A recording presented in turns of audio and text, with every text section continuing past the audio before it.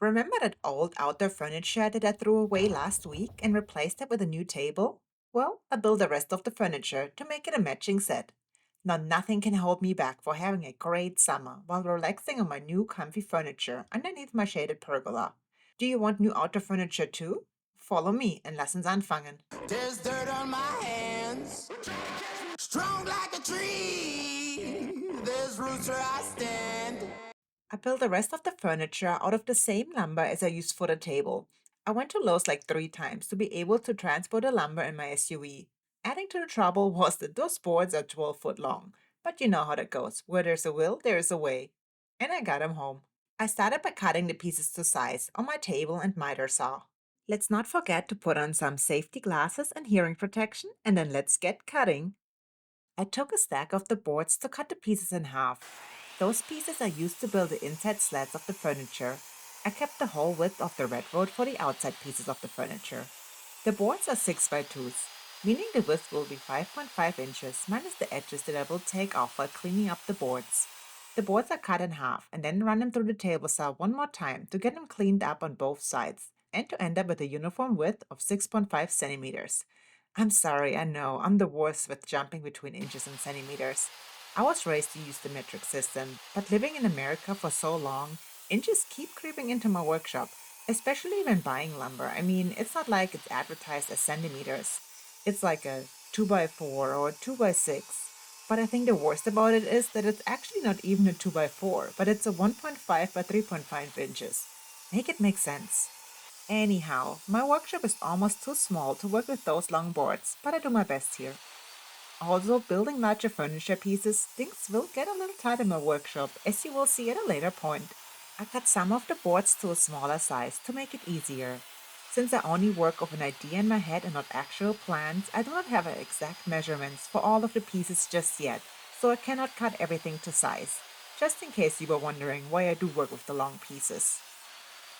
Do you design your building plans on the software before you build it, so you can visualize it and get correct measurements? Or are you more like me and just draws up a sketch and gets somewhat of an idea of the layout and goes from that? I mean, I wish I was good with the design software. Maybe I should invest some time into learning one. Which one do you use? Any recommendations? I've only really heard about SketchUp so far. As far as I know, there is a paid and a free version of the program. Is the free version sufficient, or will you have to pay to get actually everything out of the program that you need to make a whole design? Let me know in the comments below if you know anything about it. I set the table saw blade to an angle of 8%. This will be the angle that the seat will be attached to the furniture legs. So when you sit on the furniture, you're slightly sloped backwards for a more comfortable seating experience. It's much simpler to build a furniture with a standard horizontal slat, and if that's what you like, just go for it. Of course, it makes it more complicated to do the angle, but I think it looks much cooler in the end. After all, it's custom furniture, and you do want it to look a little bit different than others. Now, since I got all the parts figured out, I cut them all to their correct sizes, so I can start assembling. Those are all the parts that I need for only one chair. I needed to cut those exact pieces one more time for the second chair, and then I need similar pieces just longer for the couch. And then I also need 2 more Ottoman-style seats. For now, let's assemble the chair. I needed a pencil to mark the lumber to get the correct placement of the dowels. To not lose my pencil, I wear my tool pouch, so I stopped misplacing it. And here we go. It's not in the pouch where it should be. Will I ever learn? I started by building the backrest. While this project entails a lot of pocket holes yet again, I did not want any of the pocket holes to be actually visible, so I decided to assemble the backrest with glue and dowels. Therefore, I got this little handy-dandy dowel jig of Amazon to help me line up the holes correctly. I will add the link in the description below if you do not have one yet.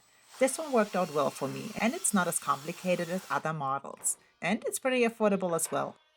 I just like to show off the products that I use in my workshop that make it easier for me to do the job. Which reminds me, I did had a few requests in my last video for the link to the tool pouch that I use. It's actually not a real tool pouch, but it works very well for me. I own about 5 different pouches that I purchase at tool stores, and none of them I really like.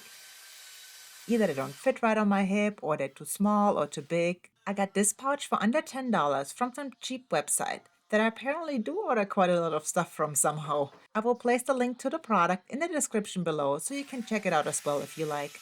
I know. There are simpler ways to drill a hole in a piece of lumber than to hold the piece with your legs, but it worked, so why not? Once I had all the dowels in place, I dry fitted the pieces together before applying the glue. Make sure you do not skip this step. For the glue up, I used Tide Bond 3 glue. That's the glue I use in my workshop for really all of my projects that I use glue for. I filled up all the holes with enough glue so it squeezes out once I insert the dowels.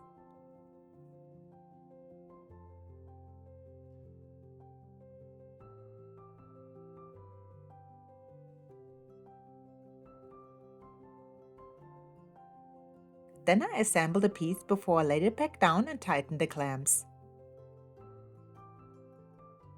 Once the glue set a bit, I cleaned up any squeeze out, and then I let it fully dry. Meanwhile, I started working on the rest of the chair. Here I'm assembling the lower part, where you will sit on. This part will be attached at a 90-degree angle to the part that I just built. I'm attaching all the screws coming from the bottom, so you will not see them in the final build. Make sure you don't forget to pre-drill all the holes.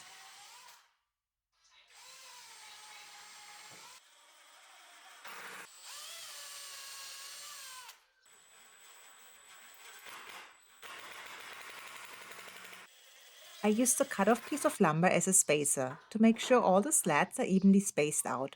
And that's the bottom piece. This is the piece where you will sit on.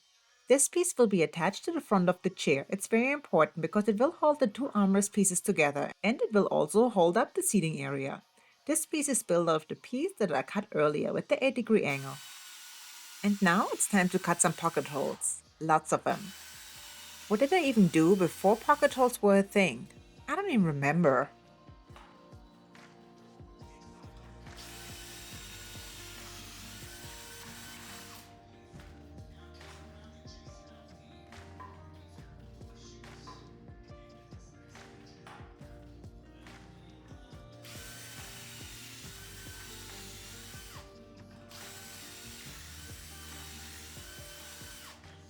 Here I am assembling the armrest. Obviously, I will need two of those for one chair. The bottom piece I will use pocket holes to assemble, since you won't see the screws underneath anyways. For the top, I joined the corners with miters to give it a nicer, clean look, so I will use dowels again for extra strength.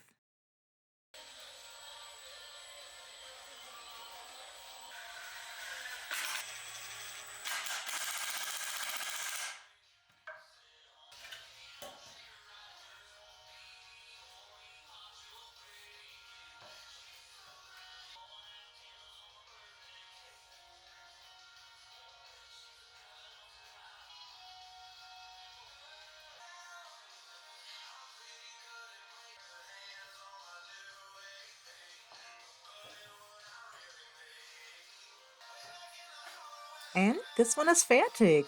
Yes, only 9 more of those to go. Once the wood glue dried enough to be able to handle the backrest part that I glued up earlier, I attached it to the seating area part at that 90-degree angle that I've talked about earlier.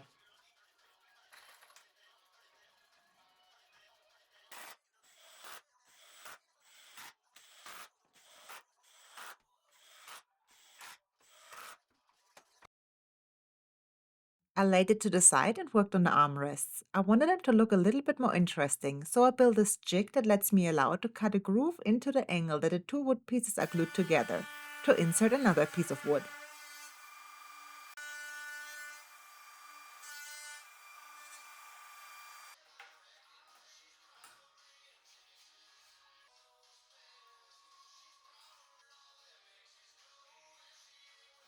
I used my Japanese pull saw to cut off any extra of the lumber, and then I used a sander to take off anything extra and sand it smooth.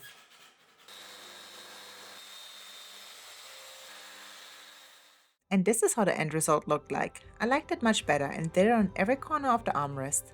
Then I worked on putting the rest of the chair together, using a combination of dowels, wood glue, and screws.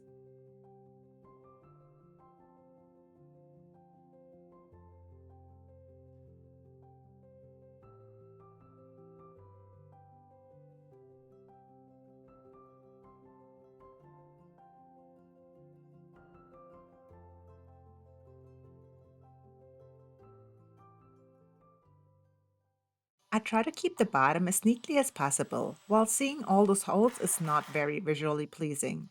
But it's the bottom side of the chair and nobody will ever see it. If it does bother you, you can plug the holes. There are pre-made plugs for this, or you can just fill them with wood filler.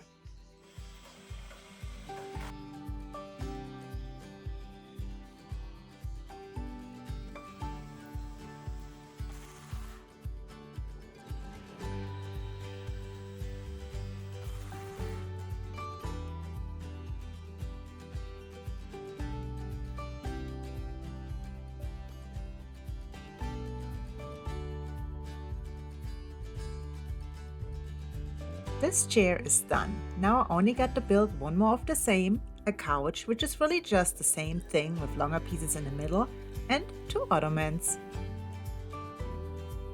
But for now, I'm gonna go to bed and work on that tomorrow. Okay, just kidding. I came back into the garage to take up the clamps and try the chair out one more time.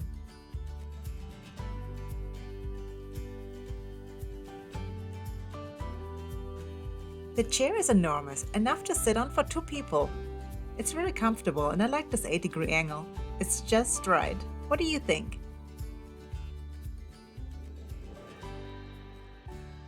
Well, now I'm gonna go to bed. It's the next morning now. And I started off by building the ottoman, since we already know how to build the chairs. Since the ottoman does not have any angles like this 8-degree angle on the chair, it's super simple to build and screw together very quickly. The only thing I could not decide on was on how to attach the front and back piece. Should I screw it on top or behind the ledge? I did not realize that I spent that much time looking at a problem until I saw the footage later of me just staring at it. So let's speed this up. For the assembly, I use standard construction screws. Those are perfect for furniture builds. The ones I'm using are coated for the outdoors.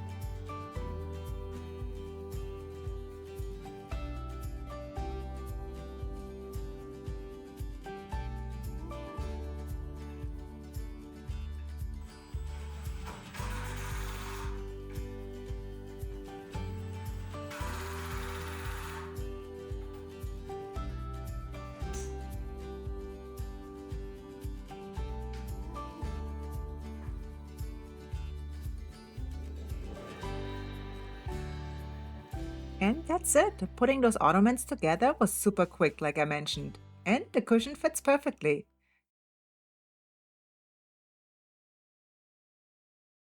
Since I have like no room in my workshop, I had already brought out all the other furniture pieces that I built to the outside, hoping it wouldn't rain, and I actually got lucky. Now all that's missing is the stain. Here you can see a close-up of the couch.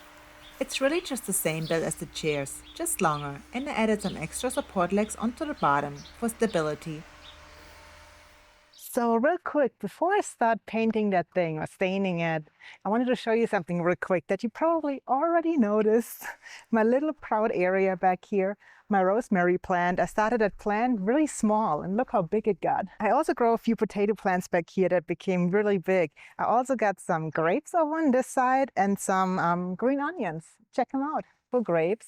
They came back amazingly every year. I've had them for 3 years now, and they've become really big. You can see all the grapes that are coming in. It's going to be so full.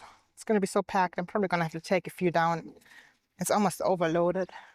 My potatoes. My huge rosemary bush. I had refinished that a year or two ago. It's definitely overdue to do again. And I think what I'm going to do, I'm actually trying the same stain that I'm using on the furniture on it. Now let's get back to work and let's start staining that thing. Not looking forward to that.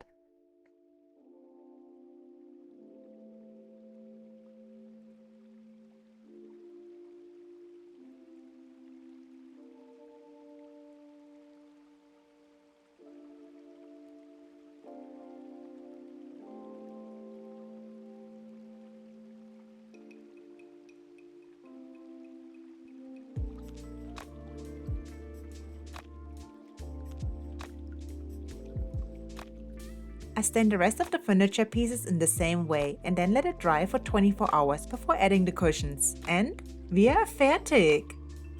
Wow, what a build! This took much longer than I expected. Especially the staining was a pain in the you know where. I think it's so worth it. I'm so happy with our new furniture. What do you think? Do you like the build? Would you build yourself furniture like this? Please like, comment and subscribe to my channel, that would be amazing. Also, if you have not done so, please click the bell button to get notified of new videos. If you can, please join my Patreon. This helps me to create more YouTube videos. See you next Friday. Tschüss und auf Wiedersehen.